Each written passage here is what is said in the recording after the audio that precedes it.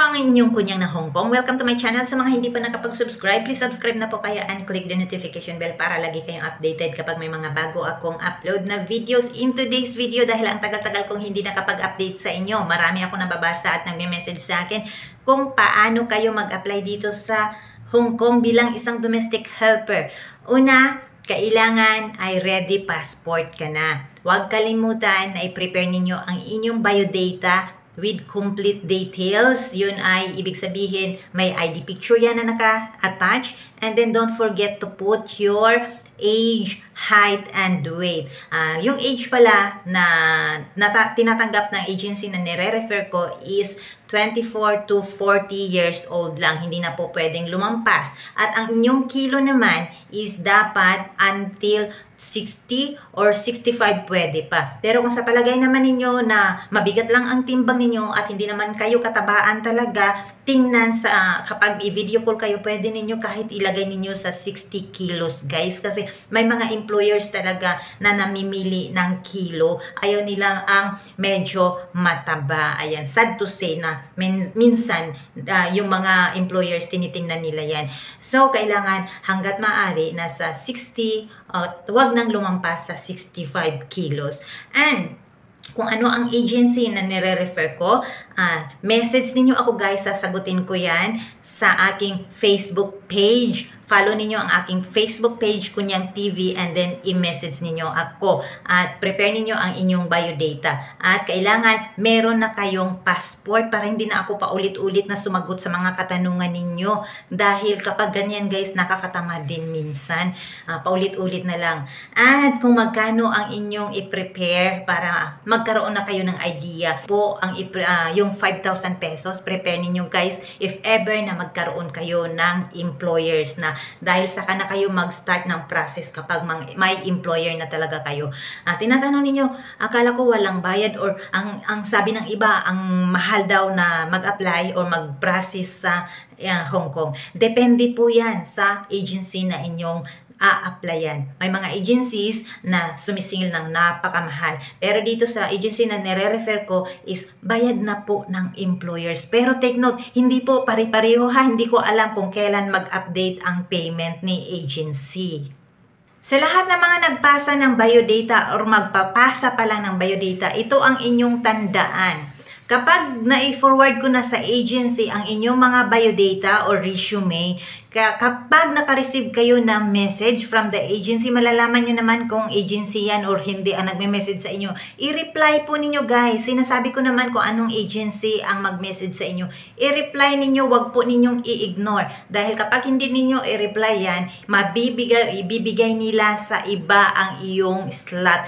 Yan po, wag ninyong sayangin guys dahil marami po talaga sa inyo now ang naghihintay pa rin ng message ng agency until now wala silang natanggap. Ibig sabihin, kapag kayo ay nagkaroon or nabigyan kayo ng chance na magkaroon ng interview schedule, napakalaki po ninyo o napakaswerte ninyo dahil nabigyan kayo ng slot or ng interview schedule na yan. Dahil ang iba wala talaga.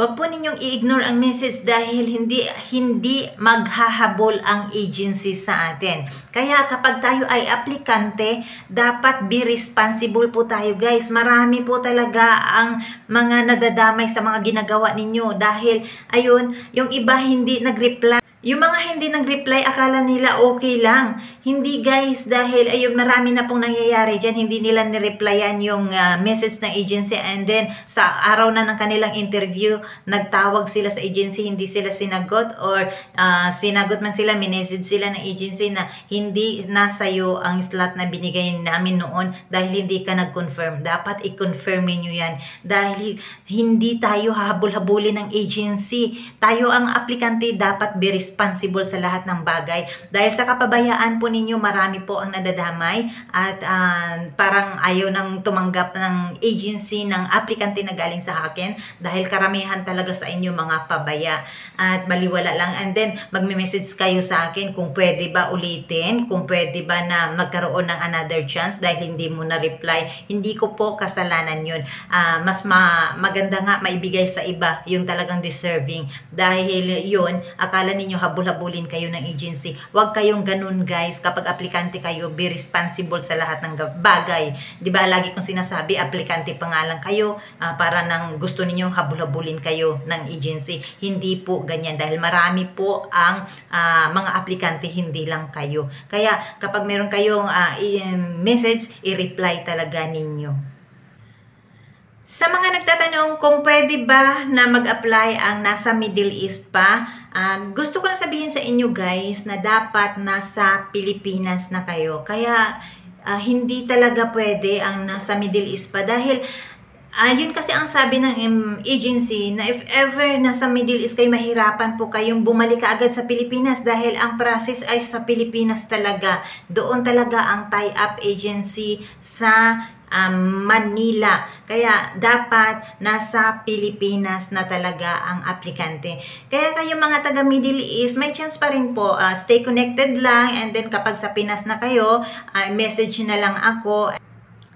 Mas maganda kasi na nasa Pilipinas na kayo kasi nga sabi ni agency hindi naman daw pwede or hindi naman madali na uwi kayo kaagad sa Pilipinas kapag magkaroon na kayo ng employer. Napakahirap po talaga dahil doon kayo sa Pilipinas mag-process. So, kailangan talaga na nasa Pinas na kayo. Kaya yung mga nasa Middle East, konting tiis lang, makakauwi din kayo ng Pinas kung nasa tamang edad pa kayo, sa age limit na 40 years old, and then stay connected lang. Message nyo ako kapag nasa Pinas na kayo. Ang i-prepare lang ninyo is yung inyong biodata lang dahil alam ko kapag ex-abroad kayo, kompleto na kayo sa inyong mga papers. So, wala nang masyadong kailangan pang i-prepare kapag mag-process na talaga kayo. So, sa lahat ng mga taga Middle East, sorry dahil hindi po pwede na mag-apply kayo dyan habang nandyan kayo. So, kailangan lang talaga na nasa Pinas na kayo. And then, kagaya ng sinabi ko, message nyo na lang ako kapag nandoon na kayo, and then prepare your resume. Stay connected lang guys, hindi naman ako mawawala. Nandito pa rin ako. Hanggat may sumusuporta sa akin, mag-a-update pa rin kayo. So, sa lahat ng mga nag-a-apply, kaya kailangan ninyo akong i-message lang talaga sa aking Facebook page, Kunyang TV, at nag-a-update din ako doon. Minsan kasi nagla-live talaga ako sa aking Facebook page. Bihira lang ako sa YouTube channel nagla-live. So, kita-kits tayo sa aking Facebook page. Yung mga nagtatanong lagi na kung anong agency, doon ko na lang sasabihin sa inyo guys para safe ang agency, safe din kayo, hindi kayo mai-scam ng iba dahil baka mamaya may biglang lumapit sa inyo na illegal recruiter, mapamahal pa kayo ng babayaran. At hindi po ako recruiter, nagre-refer lang ako sa inyo dito sa agency mismo sa Hong Kong.